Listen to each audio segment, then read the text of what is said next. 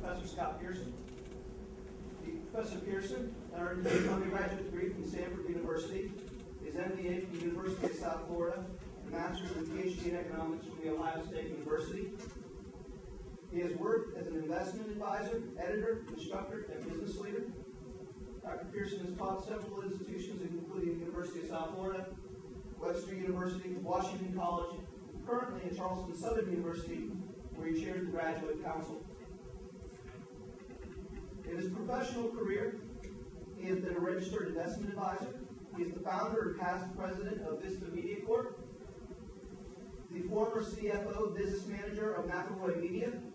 He is currently serves as president and chief investment officer of Value View Financial Corporation. And tonight he's going to talk to us about rethinking microfinance, coming to grips with market forces. And with that, I give you Dr. Pearson.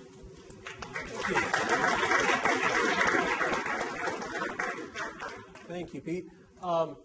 You'll see on the screen in front of you kind of a shameless plug that I'm putting up here for our Walk for Economic Empowerment. I'll tell you more about that at the end, but hopefully you've had a chance to read a little bit about it. This is an opportunity to raise money for microfinance, particularly in Moldova at this time. And so we're doing this year. This will be the first time this has been done in Charleston. They've had these Walks for Economic Empowerment in other parts of the country.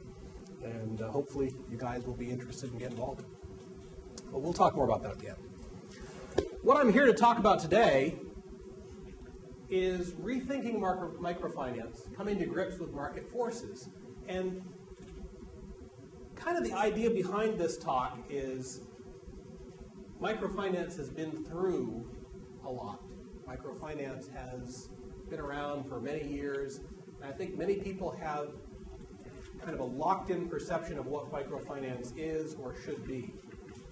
And what I'm asking is that we maybe start to rethink and reevaluate how we think about microfinance. Now, I know those of you in this room come from a wide variety of backgrounds. Some of you have never done microfinance before just this moment. Others of you have participated in microfinance. Some of you have long history studying economics, and others probably have had little encounter with it. So I've tried to bring this to a level where I think everyone will get something out of it. Let's see if I've been successful. First of all, let's talk about what microfinance is, because I think that's a starting point for anything that we talk about, right? Muhammad Yunus, in creating a world without poverty, and of course Yunus was the founder of Grameen Bank, the first modern microfinance institution, says microfinance is loans offered with no collateral to support income-generating businesses aimed at lifting the poor out of poverty. And that's a very specific definition, very important definition, because really he is, I guess, one of the founders of the microfinance movement. But those in the academic define microfinance a lot more broadly. They define it as providing financial services to the poor. And I want you to get the distinction between those two things. There's a couple of differences. Number one, up top, we're just talking about loans, aren't we? But really, there's a lot more to it than just loans. And, well, we'll address some of the other questions, some of the other differences there as we go forward. I want to point out, too, microfinance is not a panacea. By that, what we mean is that microfinance is one tool in the toolbox in helping the poor. It is not the only tool, and it will not solve all the problems of poverty. So if you put a microfinance mission together, get a well-functioning microfinance program going in the country, that will not solve every problem. Poverty is a result of a wide variety of circumstantial events, of activities that have held people back, of barriers that they haven't been able to cross, and not all of those are solved by providing financial services, right? But we do know that financial services are integral to any functioning economy. And so if we want an economy that functions for the poor, we want to see a society where financial services are available and are provided. It's also important to point out, and this is something that's coming clear more recently, is that microfinance institutions are not insulated from market forces. And that's something that I think we've often missed. And there's reasons why that is, and we'll talk about that in a minute. Now, here is the key difference between Yunu's description of microfinance and kind of the more broad definition. Do we want to focus just on microlending, or do we want to focus on broadly providing financial services? Well, finance is not just about loans, right? There are many more aspects to finance than just lending. Poor entrepreneurs need opportunities to save safely, don't they? If you don't have an opportunity to save your money, how are you going to be able to function in a business environment? Right? Payment transmission, another critical device. And we take some of these things for granted, I think, in our system, in our economy. These are things that we all have available. It doesn't seem to be an issue for us, and so we don't really realize how critical these things are to increasing and improving one's standard of living. Microinsurance. When you talk to poor entrepreneurs, you realize that the need for insurance is much greater than we probably understand. Think about the fact that most micro-entrepreneurs, most people involved in micro-enterprise, come from an agricultural background. If you think about agriculture, if you think about agricultural economics, what is always going to be a problem when you're dealing in an agricultural environment? Weather, right? You have natural phenomena, and we cannot control those, can we? We do not have the ability to say, well, don't rain today, right? But if you're in an environment where the weather determines whether your crops succeed or fail, then some form of insurance, some form of risk management tool is really critical to someone's success. Also, would the poor benefit from opportunities to access equity capital markets? And this is a new question that I'm asking. I'm asking this. I've recently been asked to participate in a project in Colombia and Bolivia, possibly Peru. They're talking about transitioning from just looking at microlending to now looking at, well, can we provide opportunities for people to invest in micro businesses?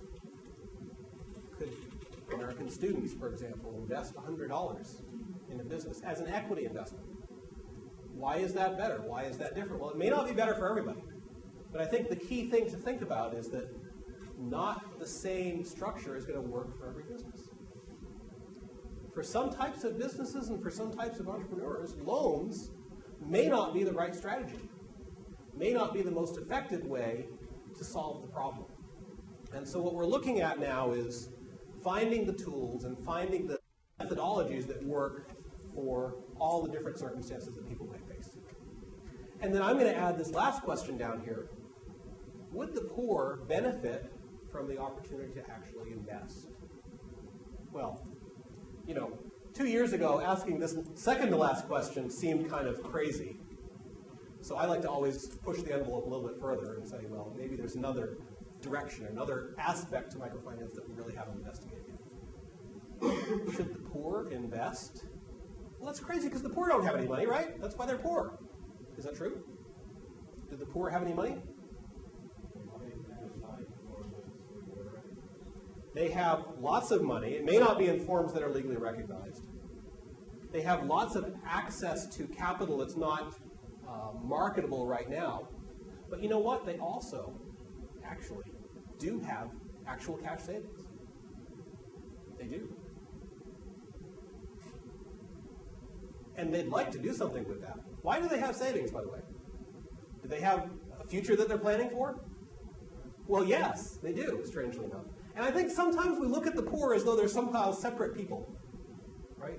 Like they don't have the same kinds of issues, dreams, intentions, ideals that we all do. But in fact, I think we are much more successful in helping the poor if we realize that the poor are people just like you and me. They have similar ideals, similar hopes, similar dreams, and they have some difficulties based on the circumstances within which they find themselves. All right. In any case, microfinance. Modern era, 1974, Muhammad Yunus started loaning money to poor entrepreneurs in Bangladesh. By 1983, he had formed something called the Grameen Bank, and in 2006, he and the bank received the Nobel Peace Prize for their activity because of all the dramatic changes and effects that they had had, not just in the Bangladeshi community, but throughout the world. This technology, this idea of microlending, has really transformed many countries in the world, transformed them completely. But the history of microfinance is really a lot broader and deeper than what people assume. The history of microfinance, if we think about it broadly, goes back to the Irish loan funds of the 17th century, to the credit unions in Germany in 1870. The Raiffeisen. Credit unions? Well, we have credit unions today. That's not microfinance, is it? Is it? Why is it not? What is microfinance? Okay. Indigenous technologies throughout the world, the Susu in Ghana, chit funds in India, Arisan in Indonesia, all kinds of different technologies have developed in all different places in the world. ROSCAs exist worldwide, ROSCAs being rotating savings and credit associations. Essentially, groups that band together sort of as a cooperative and pass money amongst themselves in order to pool capital to develop businesses among the poor. Thomas Dichter, in a paper he wrote called A Second Look at Microfinance, says there's no reason to believe that the nature and sequence of growth is fundamentally different for poor countries today than it was in the past. In other words, there's a lot that we can learn from looking back at how the poor in Ireland in the 17th century acted, what happened then, and we can apply some of those ideals to what's going on in microfinance today. Microfinance today is a multi-billion-dollar industry, if we want to call it an industry. We can put the McDonald's sign up there, over 100 million served, right? It's a wonderful thing, but it's also experiencing some growing pains. Microfinance has grown up. Okay, there are a lot of good things that have happened as a result of microfinance. But I can't really talk about microfinance today without alluding to what's been going on in Bangladesh this month. Muhammad Yunus has been forcibly removed from the board of Grameen Bank by the Bangladeshi government. And I believe that there's politics involved in all that. I don't believe that any of the things that he's been accused of are true. There have been people that have lit themselves on fire in India because they haven't been able to repay their loans. Now, it's dangerous to assume that because something bad has happened as a result of microfinance, that microfinance is entirely wrong. But there are some things that may not be done appropriately in every setting. And I think one of the difficulties, we have a great respect for diversity. And throughout the world, microfinance operates differently in every different national setting.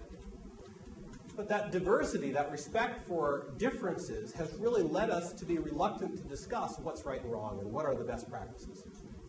And that may be problematic, because there may be practices in certain countries that are not optimal, that are not looking out for the best interests of the clients of the poor. The market, I'll argue, can play the role of a reality check in certain cases. One of the things that the market is going to do is ask if the limited resources are being used in the most effective way. Now, that may not be the only reality check we need to look at, but it certainly is one that we need to keep in mind. There are countless issues that we really need to address if I'm going to talk about microfinance at length. Unfortunately, I don't have 17 hours to speak today, So I've decided to focus on three that I think I can address fairly effectively. One is the idea of sustainability and dependence on donor funds. That's an important issue. The second is the implications of competition coming into the microfinance market and how that interacts with the information sharing that is beginning to take place. And then thirdly, I want to look at the issue of what we call mission creep. That's a very controversial thing as well. Let's take the first question because I think this is fairly easy to address, and that is the idea of sustainability. When we say sustainability, in the context of microfinance, what that means is becoming subsidy independent. In other words, being able to operate in the long term without ongoing charitable donor funds. Well, why is that important? If for no other reason, being able to operate independently enhances the ability of a microfinance institution to reach out, to expand their social impact. And that in and of itself, I think, is a very important factor. We've got to realize that donor funds are always limited, are always fleeting, and particularly in these times of financial crisis where the world is up and down, they are very undependable. And in fact, institutions, microfinance institutions that were dependent on donor funds over the last 3 or 4 years have really struggled. Why do you think that is? Because as the donor nations struggled, do you think they donated more or less money to the developing world? Less, obviously. So becoming sustainable, becoming sort of financially independent is important because it also increases the ability of the institutions to do what they understand to be right. Having that independence allows the local entities, who, by the way, understand probably better than the donors what should happen on the ground. It allows them to make those decisions that they understand. And I can tell you many times I've worked with a microfinance organization where they know that there are certain things that they should do differently, but they can't because the donors have placed certain restrictions on their behavior. I've told them, well, you can't expand your lending in this area right now because we need you to have more lending over there. Well, being on the ground, they may understand that that's not really functional right now. Maybe that's not the way that it's going to work best. But when the donors say that you have to do a certain thing, you have to do that. Sometimes the local, on-the-ground leaders have a better understanding of the reality than the people who are many countries away. Is that hard to believe? Probably not. Also, when an industry can exist without charity, without external subsidies, there's an interesting thing that happens. When we say that an institution is sustainable, what that means isn't that it can support itself. What that means is that their bottom line, if you will, if you're thinking about it from a business point of view, their bottom line is not negative. They're at least breaking even. Well, is that a bad thing? But here's the problem, and it's not a problem, but we think about it as a problem. Once an institution becomes self-reliant like that, there's a really very fine line between what a nonprofit operation does and what a for-profit operation does. Why is that? Well, if you don't have to bring in funds from outside, it really doesn't matter whether you're operating as a for-profit organization or as a nonprofit entity. But I don't know. I think we struggle with the idea that profit is somehow a bad thing. I want to point out where things seem to be moving now, and that is towards what we call social enterprises. Essentially, entities that have started up with the idea that, yes, we're going to be profitable, but our goal is to achieve the social good. Our goal, you might call it a dollar line, right? We have a goal of having a profit, but we also have a goal of doing good in the world. Okay? And And this is really, I think, what trends you are seeing now, not just in microfinance, but in many other kinds of, if you will, charitable ventures that are taking place around the world. All right, enough about sustainability. Let's move on to the second topic, and that is the arrival of competition. This is an area that I've done a considerable amount of research in. Let's first address why this is an issue. Think back to the early days of microfinance. If you know the history of microfinance, you know that most of these institutions went into relatively undeveloped parts of the world. Most institutions were the only microfinance institution in the region where they were operating. And so, what kind of competition would they face? There's really none. The competition they had was with the relatively corrupt vendors that, really nobody wanted to do business with. They just did business with them because they had to. They had no alternative. When microfinance came along, this was a powerful technology. People understood the benefits that it was going to bring, and so everything's hunky-dory.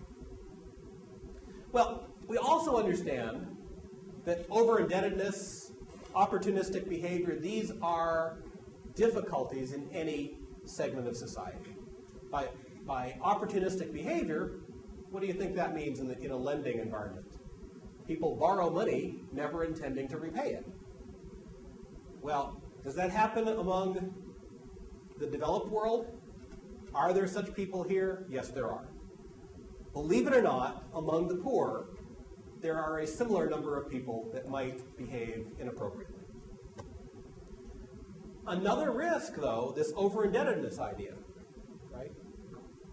Do people sometimes take out more loans than they can afford to repay? Yes, they do. So these kinds of risks exist for microfinance just as they would anywhere else. What's the key to microfinance historically? Reputation, right? Those of you that understand microfinance, you understand that the idea of success, how a microfinance institution can continue to get repayments of their loans, they make their loans based upon reputation, and that reputation is something that they've learned about because they've started making small loans, perchance, to these small entrepreneurs, and as they've been repaid, they can expand and make larger loans. They learn from this experience. They learn from these small loans which people are going to be dependable on repaying, and then they can help them further and further off into the future.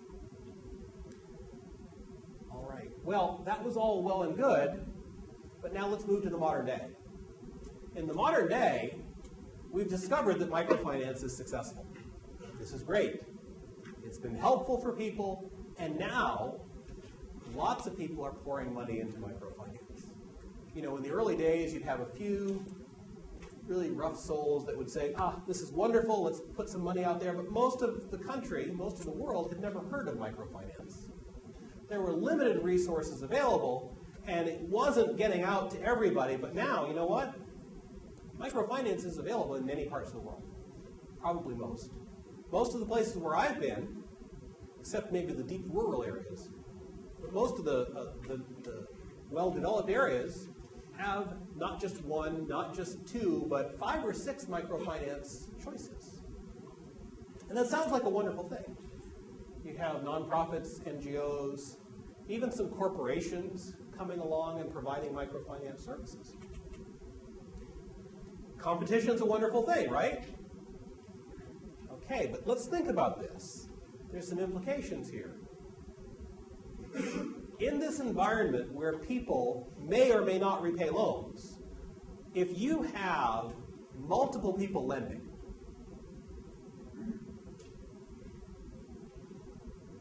how many of them do you need to repay in order to make sure that you can still get a loan next year? Just one. But if there are 5 institutions, you can borrow from 5 and repay 1. What if everybody does that? Well, think about the margins on these loans. If 4 out of 5 of your loans do not repay, essentially you go under, don't you? unless the donors are going to come in and give you more money. But here's one thing I can tell you about donors. They're not stupid. And if they see an institution that 80% of their loans are not getting repaid, they're going to say, well, I'm going to find an institution somewhere else to give money to because this one clearly doesn't know how to manage their operations. And so what we find is that as competition increases, the risks to microfinance increase if they don't share information amongst themselves. Okay. And so what do?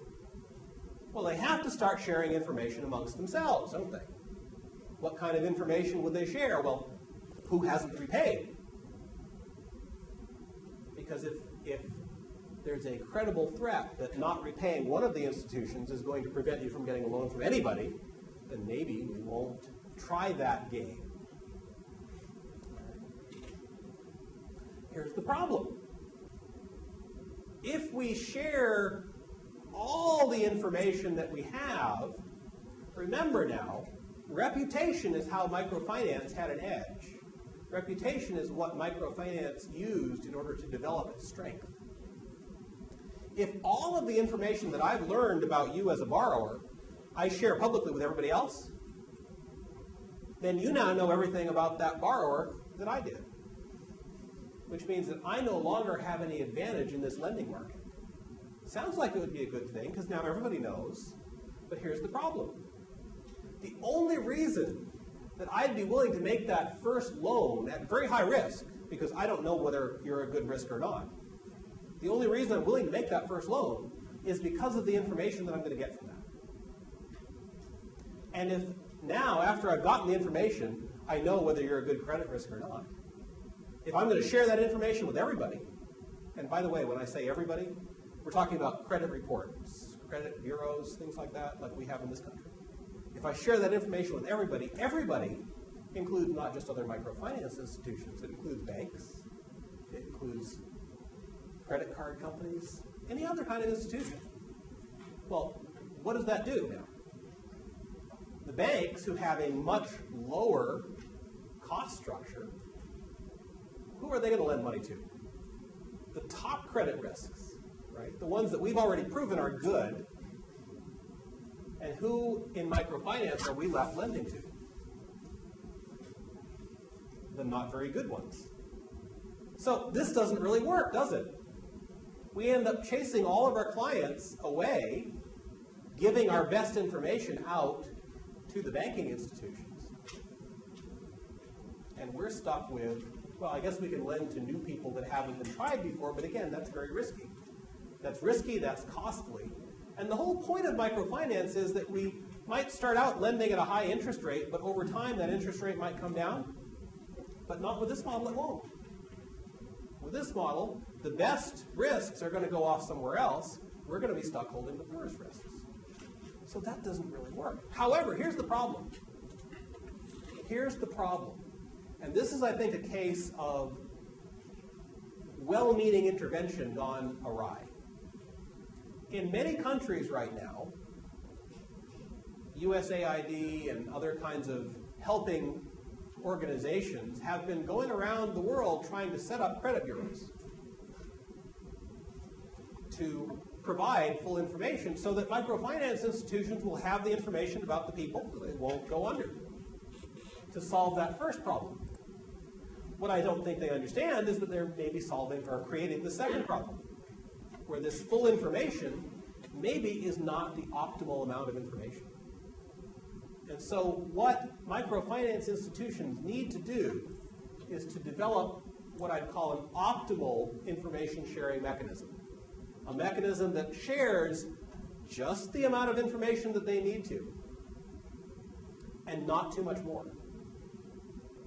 So that they still have specialized knowledge. They still have knowledge about their clients that the banking institutions don't have. Remember, they've taken risk and paid heavily to get that information. They now have a specialized knowledge of their clients. That's valuable. It's valuable to the clients as well, by the way. And we shouldn't underestimate that. The fact that the client and the microfinance institution have a very close relationship is really what makes this all work. So if we take away that relationship, if we forcibly share all information publicly, what we end up with is a situation much like we have anywhere else, where you have the big institutions that lend to the people that already have a good reputation, and you probably don't have any microfinance institutions at the bottom, unless the charities come up and start some new ones again. Well, wouldn't the purpose of the microfinance is that you're actually creating, this purpose actually creates good credit, good stability for people that didn't have it beforehand? Yes. If the purpose of microfinance is altruistic, isn't that a good thing in the end? It is a good thing up to a point, but it's a good thing that we'd like to see continue. And we'd like it to continue in such a way that other people can take advantage of it too. I don't want it to be a one-shot deal where I come in and give 12 people good credit and then I have to shut down. So if we can create a sustainable operation where microfinance can continue, and we'll talk in a minute, and that's really my next step, is how does microfinance continue? Do they continue the same form that they do? And I'd argue no. But if we can continue in some form, then we can continue serving other people. And I think this scenario here essentially says, well, microfinance comes in for a short period of time and then dies. And I don't think that's healthy, and I don't think microfinance would choose that path. And I don't think the clients would choose that path. Because, well, maybe the existing clients would, but the future clients certainly wouldn't, because they're never going to have the access. Right? All right. The third issue, which kind of is where you're leading to, whether you know it or not, is the idea of mission creep. This is really the greatest fear of the donor agencies. They're concerned with the idea of mission creep. Well, mission creep, what we mean by that is shifting away from the traditional purpose of what microfinance has been or was supposed to be. So shifting towards larger loans, richer clients, and broader services. Which sounds like a really bad thing because we're supposed to be serving the poor, doesn't it? Okay. If we're supposed to be serving the poor, then we shouldn't be loaning to richer clients. We shouldn't be, making larger loans because the smaller clients are obviously going to need smaller loans. And we shouldn't be, I really have a hard time with saying we shouldn't be providing broader service. I think that's a hard argument to make, and yet that argument has been made. And in fact, I was just reading a story in the paper 2 or 3 days ago about this microfinance organization in Kenya that was being condemned by the Kenyan government because in addition to lending money, they started taking deposits from their clients. Oh, the shame of it all. Well, but the clients needed to make deposits. They needed to develop savings. They needed to accumulate savings. So is taking deposits, is that a sin against the clients? Who do you think was complaining about that? Was that the clients complaining? Who? The banks, right? Because now microfinance is competing with the banking institutions. Okay. So be careful when you hear these condemnations. Think clearly about who it is that might be feeling the pain, and think clearly about who it might be that's concerned about this eventuality. All right. So when we talk about the shift away from the traditional, we're talking about expanding services, which would mean taking deposits, which would mean offering insurance and other forms of financial services, right? Could mean lending for other purposes. Remember Muhammad Yunus' first statement, lending for income-earning entrepreneurial ventures for the poor. Well, what we've seen microfinance institutions doing, part of the mission creep, has been moving away from just the entrepreneurial ventures. They're starting to make home loans or loans for appliances, for cars, for education, for medical emergencies. Perish the thought. And thirdly, and I think the most challenging criticism, is the criticism of microfinance agencies going upmarket. By that I mean to move away from serving the poor, move up to serving maybe the middle class or the lower middle class, serving a different level of people. And that seems to be the one I think the criticism may be the most realistic. But let's take a look at each of these one by one. First, expanded services for the poor. And again, I have a really hard time with this as a criticism, because the poor cannot subsist purely on loans. And this is, I think anyone that's really done any serious study of poverty recognizes that the poor need other financial services than debt, and probably need some of those other services before debt and are more important than debt. So let's just say expanding services, I find it very hard to criticize that. Lending for other purposes, for homes, for cars, for medical expenses. There's a couple of issues here. First of all, we've got to recognize that money is fungible. By that we mean money, we can't separate out one set of money from another set of money.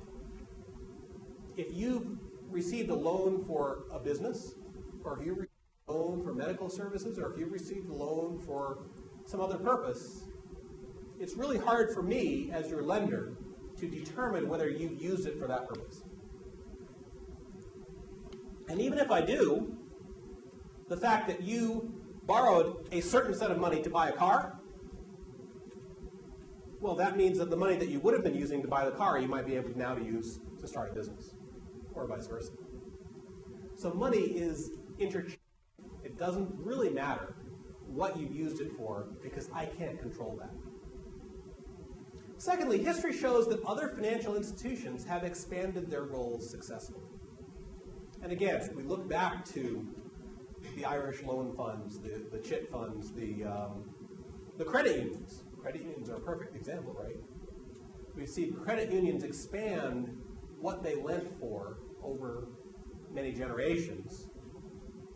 And that has been a fairly successful thing. But finally, I think it's important to realize the reality that the poor often face. If we're talking about helping entrepreneurs start income-earning businesses, let's think about that. Even if our only goal is that they're going to develop an income-earning business, let's think about what that is. If you have a child with a medical emergency, and you have a business that's being successful, but you don't have money to pay for your child's medical emergency, but you have a business that's successful over here, and your child is dying, let's say, or just very ill. You have a choice now between buying seeds for next year's planting or solving your child's medical problem. You already have the money for the planting. So clearly, well, what are you going to do? Are you going to plant the seeds, or are you going to save your child? I think we all understand that the money is going to go to save the child. What does that do to the business? It destroys it, doesn't it? You're forcibly pulling money out of that business because you have an emergency. Now, is lending for that emergency going to be always a success? I don't know. But what we have to recognize is that this money that's interchangeable, if we're trying to help someone's business go forward, sometimes it means that we have to lend for other purposes in order for that to be successful. All right, but let's deal with that last mission creep issue, and that's the idea of going up market, because that's the most challenging one, I think. Because really, this is all supposed to be for the poor. And the donors, I think, have legitimate questions. Why should we fund a lending institution, a microfinance institution, if they're just going to go off and start lending to wealthier people, even middle-class people, and stop serving the poor? I mean, why should they? It doesn't seem right, does it? And by the way, how come they never lend to the poorest of the poor? This is one of the big criticisms of microfinance. They tend to lend to the poor that are just above the poorest of the poor. But the people that have nothing we generally don't lend to them. We lend to subsistence farmers and street hawkers and things like that, but we don't lend to the really impoverished. And again, all of those people, from an American point of view, all of those people are impoverished. But there's a level at which we just don't seem to get down to. And by the way, what happens if these institutions stop serving the poor and start lending to someone else? What's going to happen if they start serving the lower middle class? There's going to be nobody left to serve the poor, correct? It's a tough question.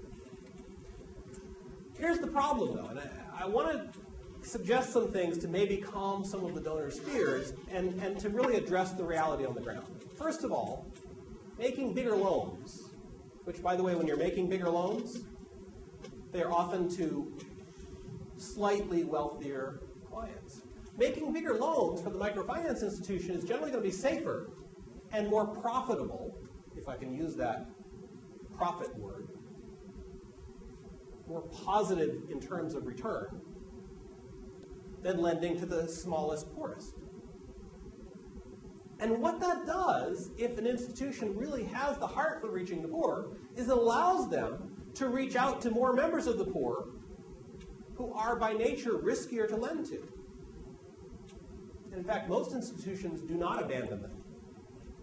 But let's say some of them do. And here's a couple of cases that I've encountered. In one case that I was talking with, the microfinance institution had a client that they had been to for a considerable period of time. A gentleman that had started out raising pigs and slaughtering the pigs and turning them into sausage. And he started out taking the sausage, he'd just do it himself, take the sausage to a couple of neighborhood stores, and they'd sell it. And he became successful. Which, by the way, kind of is the idea in microfinance, right? We want the poor to become successful. Here's the problem. We don't really want them to become successful, it seems. Because what happened was, he became successful. He became successful enough to where he was able to build a factory. He grew this business from nothing to where he was able to build a factory and hire other members of his community who were also poor.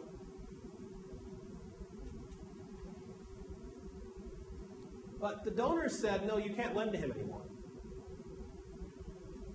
because his income level is now too high, and the loan would have to be too large, and that's not what we do. We don't lend to people that aren't poor, and he's not poor anymore. Is it true? He's not poor anymore. But here's the problem with that. In the country where we were, there was no middle-class lending available. The banks would loan, a few $100,000 to a wealthy client. But there really wasn't any middle market lending. So what you've got is this kind of segmented economy. You have the rich, you have the poor, and no way to move. As I point out at the bottom, social mobility is key to a nation's future. If you can't get people from poverty to success, if there's no way to stay in the middle class, then you're really not going to develop any long-term successful economy. Secondly, are all of the poor likely to be helped by entrepreneurial loans? Let's just ask that. Do you think that everyone who is poor has what it takes to become an entrepreneur? The reality is no. I think many do, and I would argue that probably many more than most of us believe have what it takes to be entrepreneurs.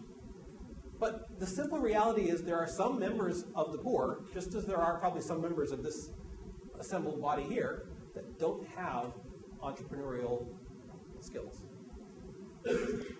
And so, while some maybe ought to become entrepreneurs, others really need to have the ability to go work for somebody else and need the jobs that sausage factory would have provided in that community.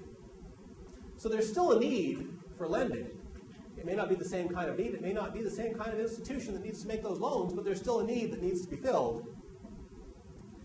And maybe, just maybe, these microfinance institutions need to grow that need.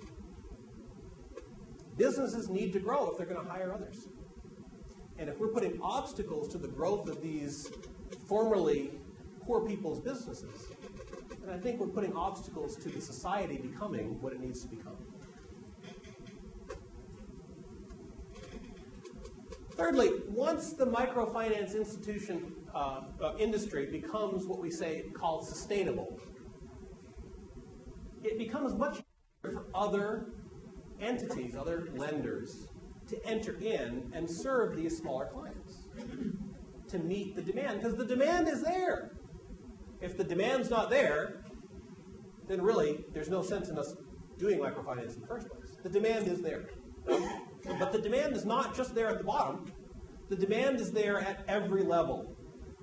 And what we've seen in many of these nations now is, again, this two-tier system where we're helping the people at the bottom, and the people at the top have what they need, but there's nothing in the middle, there's no way to move. And that's not really a good economy. So I would argue that going up market simply serves that other segment of the market that also needs to be served. Now we can debate whether it's ideal for a microfinance institution to be serving that need, but somebody needs to, and they probably understand it better than anybody else, particularly in cases like the one that I just described. Now, these other entities are going to enter only if the regulations permit it, which is actually one of the more challenging things, and one of the things that I'm going to leave you with today.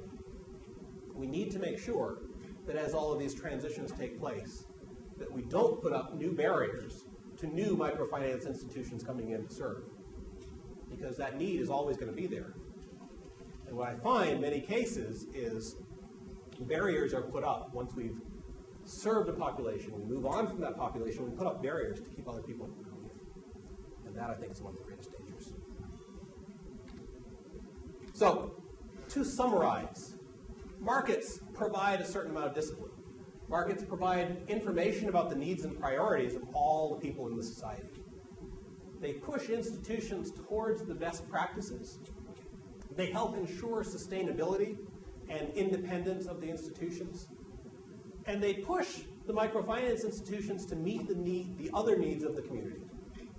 But we've got to, if we want to maintain a successful microfinance structure, we need microfinance institutions to have the ability to control their private information so that they can continue to function in these challenging competitive environments. And secondly, we need, society needs to resist the urge to close out and to prevent competition and other new entrants from coming in. So with that, I'm going to stop and take questions. I know that many of you may have comments about some of these things. And then I'm going to go to our last slide where I, again, advertise our Walk for Economic Empowerment. Sir. You're talking about how, I guess, you have the working with the lower middle class and people without financial services might be at risk. But earlier, we were talking about how full information might be at risk because other industries and credit card companies and commercial banks. It seems like, is it really a worry that people are going to have financial services microfinance provide you up a little bit because somebody else will come in there I mean, I take the point that you're making. I think historically credit card companies and people like that have not served the poorest of the poor. If they have, they haven't done it very well.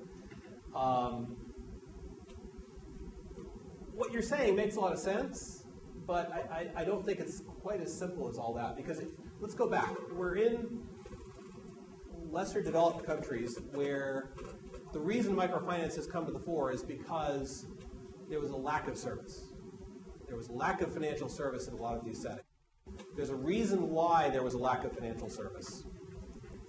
It's it's not always the same reason, and every country has different obstacles. You know, it may be just distance. Distance is a very common obstacle.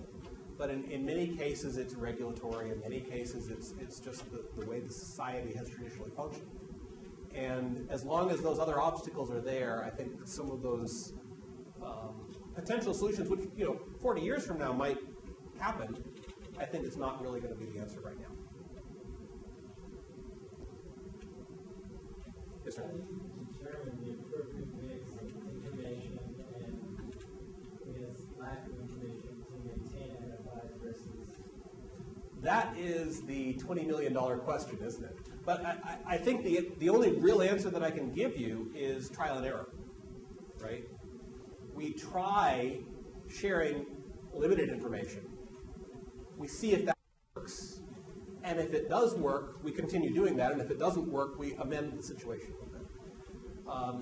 I think what will naturally happen is those who come to these successful sharing strategies will be the ones that survive. And so you have kind of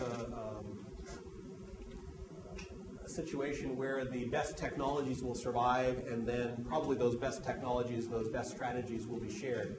Best practices tend to be that way, right? But clearly, it's going to be a difficult challenge. And until we find this right balance, there are going to be some institutions that will share too much information and it will hurt them. Some societies. My concern is that these outside entities come in and start sharing all the information for them in, I think, a very well-meaning effort to try to save them from one problem. But in doing so, they really risk this kind of bigger competition problem coming in. So it's not an easy question. I don't know how much information there is available to assess whether this is a problem, because, I mean, the availability of information, because to me, microfinance is targeting a specific group of people. So the main finance, right, is not interest. Obviously, it's not profitable because I don't think it's not profitable. But actually, we're seeing now where a lot of for-profit institutions are coming in after the microfinance institutions have come and made it look profitable. And so now, for example, in India, you have a lot of for-profit institutions coming in and kind of following behind where microfinance, where nonprofit institutions paved the path, paved the way. The for-profit institutions come in behind and suck up all the dollars. So it can be profitable in certain settings. Right. Okay. yeah, I mean, my question is similar to the levels problem, right? Yes, it is. I mean, you have information to find out level of information. It doesn't make too much. Right? That's exactly correct. So, it's a very big problem. It is an enormous challenge. Yeah. So, but it's still, in communities, microfinance is not that developed. I don't think there's a big problem. Probably in places where If you're in a small community very far from any cities, I think you're correct, because you won't have much competition there. You'll probably still have one institution. But many parts of the world have microfinance operating where this is becoming more of a problem. Yeah. In the back? Okay. How do you feel about the viability in terms of information sharing? Maybe working with some of these small communities that are being linked to. And I think that there will be some self sharing information on, say, who in the community will pay back their loans and link to a local. Well, I think that's always a possibility. And you do see communities that do that, right? But again, you're looking at it now with a single institution. Again, if you introduce multiple institutions, then I think the dynamics change a little bit.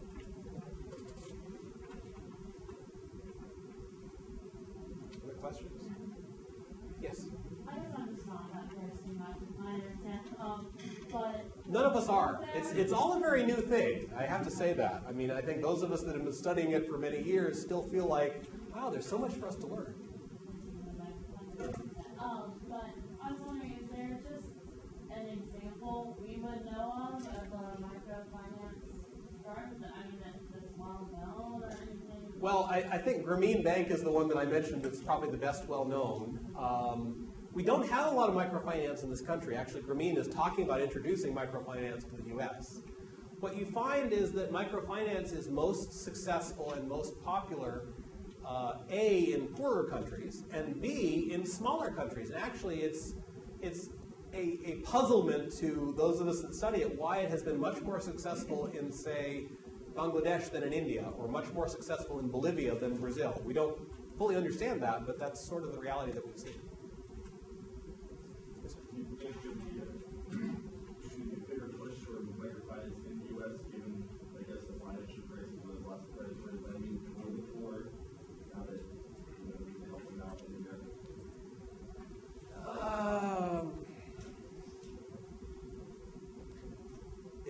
Will there be more? Probably so, but I think very incrementally so. And I don't mean to offend anybody by saying this, but really, what the U.S. refers to as poor doesn't even come close to relating to what poor is outside of the U.S.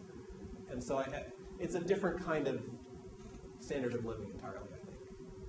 Not that there wouldn't be need and use for such things here, but the other thing, too, is even though there has been predatory lending, there still are institutions where people can take advantage of lending in this country.